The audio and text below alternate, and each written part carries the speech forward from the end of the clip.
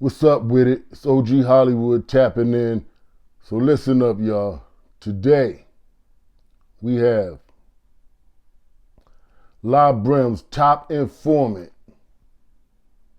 says he wants to recant his statements. He wants to get Brim out of jail. Now, is he really suffering from Snitch's remorse? Or is this just a play where he's trying to swagger jack Lil Woody and recant the statements to boost his YouTube career? Let's look into this. The same way I put you in there, bro, I'll get you out, bro. But I had to get out, bro. All you gotta do is holler at me. That's what my daughter's like, bro. I don't want a penny from you, bro. I will recant every single statement I ever made, bro. As soon as I get off probation, as soon as my papers is clear, if you want to come home, bro, I'll help you. And that's on my life, bro. And with that, I'm out, man. Much love to Brim, much love to the hounds. Everybody else, fuck y'all niggas. Nah, I'm lying. Much love to my motherfucking Brims. Much love to Pee-wee. Much love to the low rider Brims. Much love to Ashan. Much love to Moshe. Now, Top Draws, I don't know you, and I don't have no beef with you, all right? And I'm not necessarily saying that you're trying to copycat off of Lil Woody. What I'm saying right now is, if you are trying to copycat off of Lil Woody, let me tell you why it ain't gonna work. You waited too late. See, Lil Woody ain't waited too late. He did it before the nigga had 100 years and was in the penitentiary. You wait till after the man got 100 years in the federal penitentiary. And then you want to think about recanting? He done already denounced his gang membership publicly. You don't know if that man got a target on his back right there.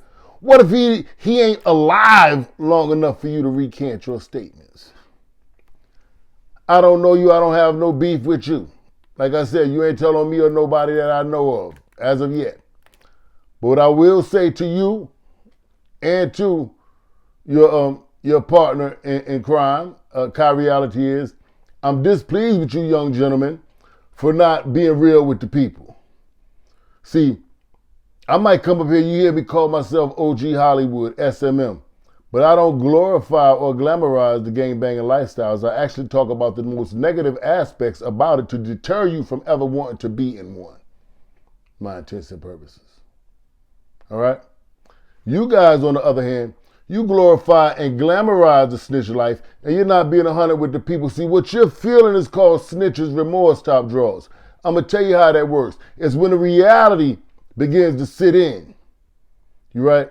And you're dealing with the being ostracized and being alienated from your community, from your friends, from your loved ones. You sit there and you realize a whole lot of people you love, you want to chop it up with, but you can't pick up the phone and call them because they don't want nothing to do with you. It's a big event going on in your neighborhood. Everybody you love is going to be there, but you cannot attend because somebody might flush your radiator. It's a sad but true reality. You don't talk about everything that comes along with it. Kha Reality doesn't talk about the fact that out in Utah he don't have no black friends. He has to come to the internet because he's fiending to interact with a more diverse culture because there's nothing around him but white people. He's miserable. He's miserable. They're miserable after they do that. Some people take their own lives after they do that. Some people realize that I'm actually in prison out here on the street. I can't go anywhere. I can't do anything. I can latch on to this new identity.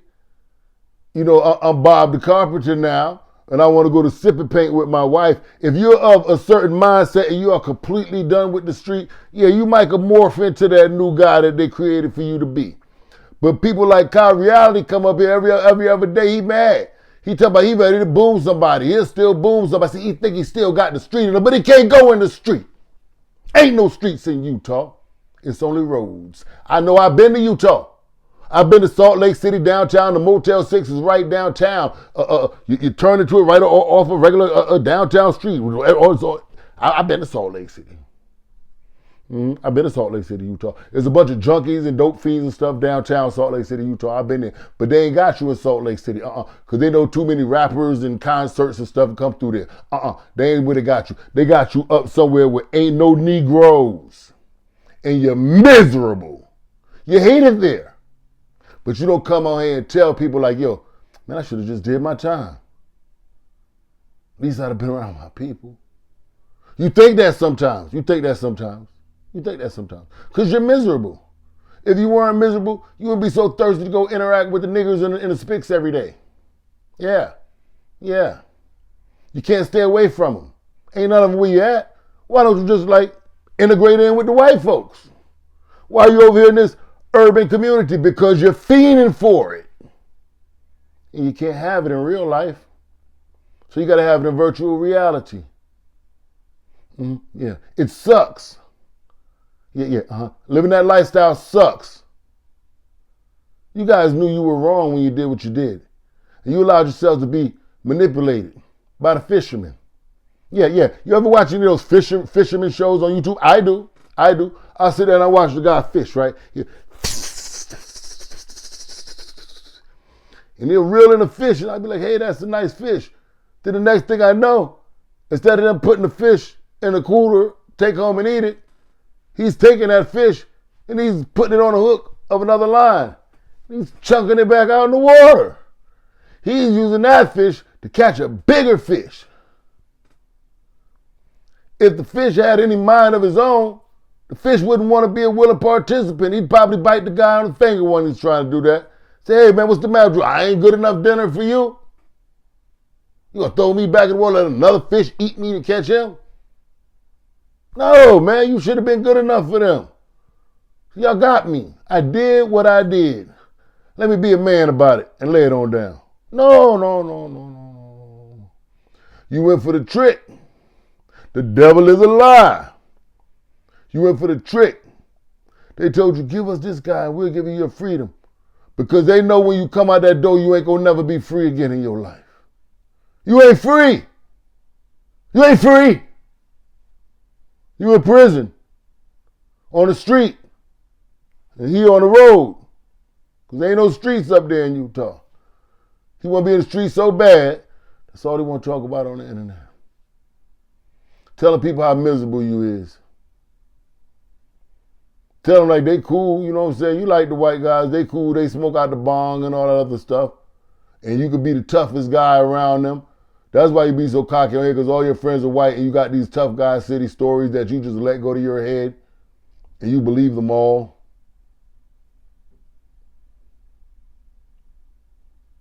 That's what's really going on. Y'all guys are miserable. Top drawers is having snitches remorse right now, man. What are you thinking about the camaraderie, the brotherhood you had with them, times he looked out for you, times he made sure you ate or whatever? Come on, man. I know it's certain guys from my neighborhood that are thinking back about all the good times we had together, all the fun we had together. And they want to pick up the phone and be like, yo, you remember? You know why? Because the rest of us do it. The rest of us do it. Yeah. Yep. Yesterday I was on my way home from Georgia. Born Truth hit my phone on the way home. Later that night, Warren hit my phone. I was on the phone reminiscing and laughing. Yo, Mo, you remember when we cracking up. You can't do that no more. You can't share your stories with nobody that actually remembers them. Because the people who remembers your stories and can validate them, they don't want to talk to you. They don't want nothing to do with you. They don't like you anymore. You're dead to them. That's a mental prison. And you locked inside of there. And you're miserable. And I don't want you to hurt yourself. I don't want you to unalive yourself. But I'm going to be honest with you, Top Dros. I don't think Brim wants to be your friend right now. I don't think he's going to respond to your message the way you'd like him to. I'm almost pretty sure SMD is going to be in there somewhere in the response. I'd be willing to bet money that somewhere in the response is going to be SMD dropped in there somewhere. Because the truth of the matter is he already had to swallow the pill mentally. He already had to endure that pain. He already got dragged through the coals, man. Now here you come back, trying to get your Lil Woody on it. It's not going to hit the same. It's not going to hit the same. Lil Woody could be in the same space with Thug and them again. Just as mad as they are at him, they know that he the reason they're out there too, though. Yeah. See, that's not going to work with you. Just as mad as Brim is at you, he knows you're the reason he's in there too. And in your mind, you think you're in control of the situation. You think you can get him out because you said you want to get him out. You're not in control of this. No. You're just a tool. You were used. You don't have any power. No, you don't have any power. You can't get him out because you want to get him out. It doesn't work like that. That's not how the law works. And just the fact that you even said that publicly, it's never going to work now. Why? Because you went public saying it. It's never going to work now. They're not going to believe you. They'll say, no. You was telling the truth the first time. That's what they're going to say. They're going to say, you was telling the truth the first time. No, we don't believe you. We got this video right here where you saying you're going to try to get him out of jail. Nope. Ain't no getting him out of jail. That's what they're going to tell you. You see, I tell you, one thing I said about you guys is showing truth. I said, when a person's a rat, you don't got to do nothing to them. They talk too much. That's their downfall. It's going to take care of them. Just fall back and watch them. Self-destruct. See, you talk too much when the folks got a hold of you. And you just talk too much just now if you ever did have any intentions of trying to help the man. The way you're supposed to go about that is by keeping your mouth shut, top drawers, button your lip, sucker. Respectfully. I'm not even going to disrespect you, respectfully. Yeah. You got to button your lip. You should have kept that to yourself. The fact that this is all over the place means it's not going to work. Sorry, Charlie. Oh, tuna. Yeah. But I just wish you guys be more real about what comes with that lifestyle, about the downside of that lifestyle. If I talk about prison, I'm going to talk about how much it sucks. If I'm talking about gangs, I'm going to talk about how treacherous that lifestyle really is, man. Make you really reconsider if that's what you want to do, if you want to get into. When you guys talk about snitching, you talk about it like you did something. You beating yourself on the chest about it. Yeah, I did. I don't do that. I don't do that. I don't glorify being an original member of that entity. It's just a factual statement. I don't glorify that. Y'all glorify that lifestyle and it sucks. It makes you think about wanting to unalive yourself at night. And you need to let the people know that. You're miserable. You hate yourself. You wish you never did that. You wish you'd been a man. You wish somebody taught you how to be a man and be accountable and take responsibility for your actions. That's what you really wish. But you guys don't come out and say that. You guys double down. That's what makes you bad guys. Yeah. I hope, being that I had to say it out loud, someone was able to learn from it. It sucks, but this is the way you avoid all of that. Just don't do the shit in the first place. Yeah. Don't do the shit in the first place, bro. That's how you win. Don't do it in the first place. See, if you do it and then get caught and tell your way out, you didn't win. That's not a real win. You lost something in the course of doing that. It's like when you lay down in the bed with a man and you take your clothes off and you're intimate with him. When you get up, you're not the same anymore. You lost something. It's called your manhood. Yeah. You sacrificed that. You gave it up. Yeah. You're not the same anymore. You know it. You feel it in your heart. You're not the same anymore. How about you start sharing that with the youth and tell them that that's what happens when they get involved in that lifestyle. And you have to tell because you don't have the courage to face your time in jail. Tell them everything that comes with that. You don't win just because you didn't go to prison. You're still in prison out here. That's a teaching point for you guys. Start letting the youth know you guys are still in prison out here. You're on the roads in Utah with white people and bears and mountain lions. And it sucks. And you have to be invisible to the other guy. You can say whatever you want to say on here, but when you're on the street, your head's on a swivel like never before.